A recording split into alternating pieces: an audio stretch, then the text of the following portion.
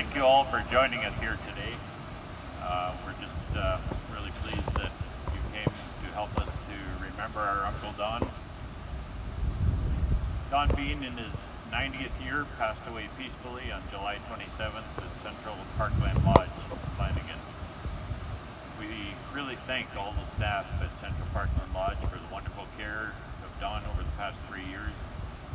As you know, Don was a lifelong resident of Flanagan in the Guernsey area, and he loved the prairies and rural life. Don was a happy brother, uncle, farmer, milk tester, hunter, fisherman, pianist, small town friend, collector, gardener, hockey fan, and pet lover. He will be remembered for his great sense of humor. Don is survived by his sister and brother-in-law, Beatrice and Elmer Souder of St. Jacobs, Ontario, nephews Alan, Phil, Steve, Joe, and niece Linda, all of Ontario. And Don also has 11 great nieces and nephews, 2 great nieces and nephews. He was predeceased by his parents, Aaron Bean and Melinda Shawn Bean, buried just here. I would like to read a memoir that was written by my mother, Beatrice, Don's sister. Don and I grew up on the farm situated a half-mile north of Waterloo Public School, where we both attended. Our grandfather, also named Aaron Bean, pioneered this farm, carving it out of the virgin prairie in 1905. The school was situated on a corner of this property. As children, we enjoyed life on the farm with its many pets, kittens, cats, dogs, and horses to ride. It also had its chores of fetching cows, milking, feeding animals, and also picking garden produce, where you, Don, always outdid me, and you were sure to always let me know it too. Life was not all work. On hot summer days, Dad would sometimes decided to drive to Manitou Lake, White's Pool, in the evening so we could enjoy a refreshing swim. Other times we enjoyed going with friends or groups for a swim.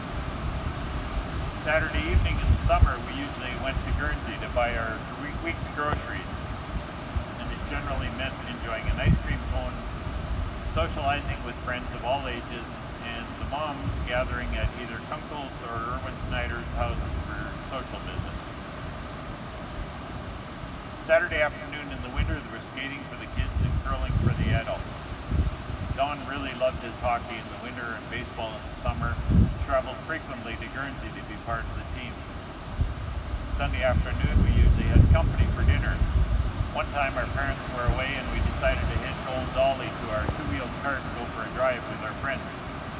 Well, something broke on the harness and we ended up with the harness in the cart, trip turns with one person leading the horse and the other 3 pushing the cart, and parading home amid much laughter and jokes.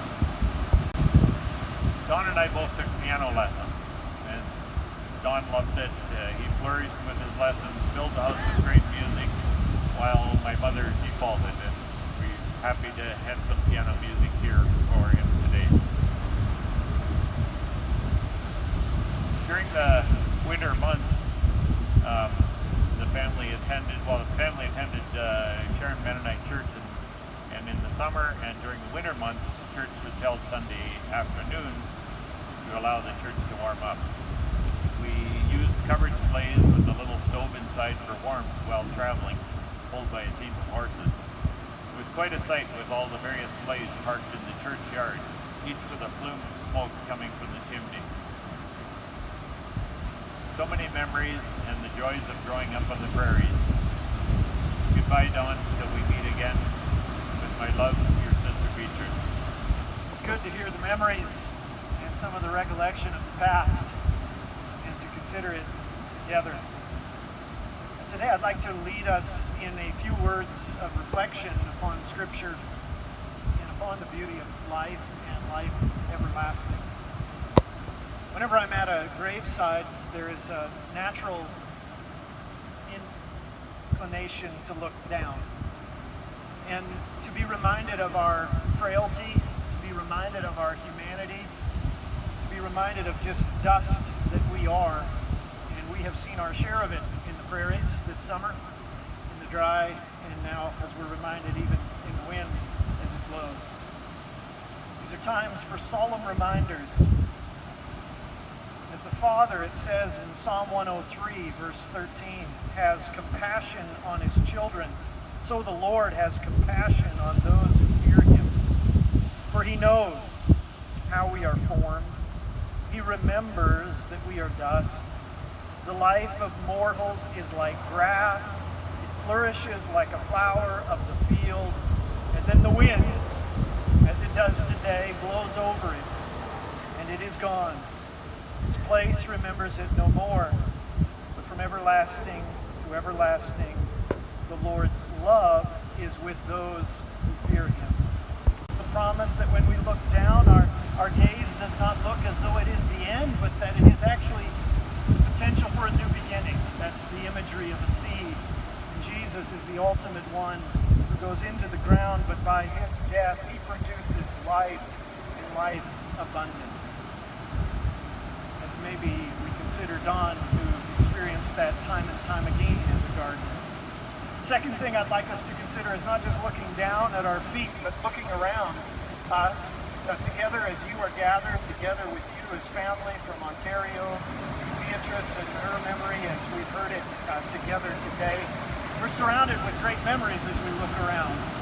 Not only of a churchyard, but also just of a yard, I believe it's just a mile north and a mile west, a little north of here, that was home. And so this is a special place. I've actually found over the years that through my wife, we too have relatives that are buried here in this cemetery. And so the story becomes richer as I know more of it and as I come to know the story of those who lived, grew, shared life together here in this special community. So as we look around, there's good reminders.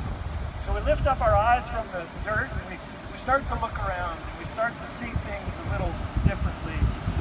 Words to Watrous, to the Senior Center, to share in some time of visiting and fellowship together.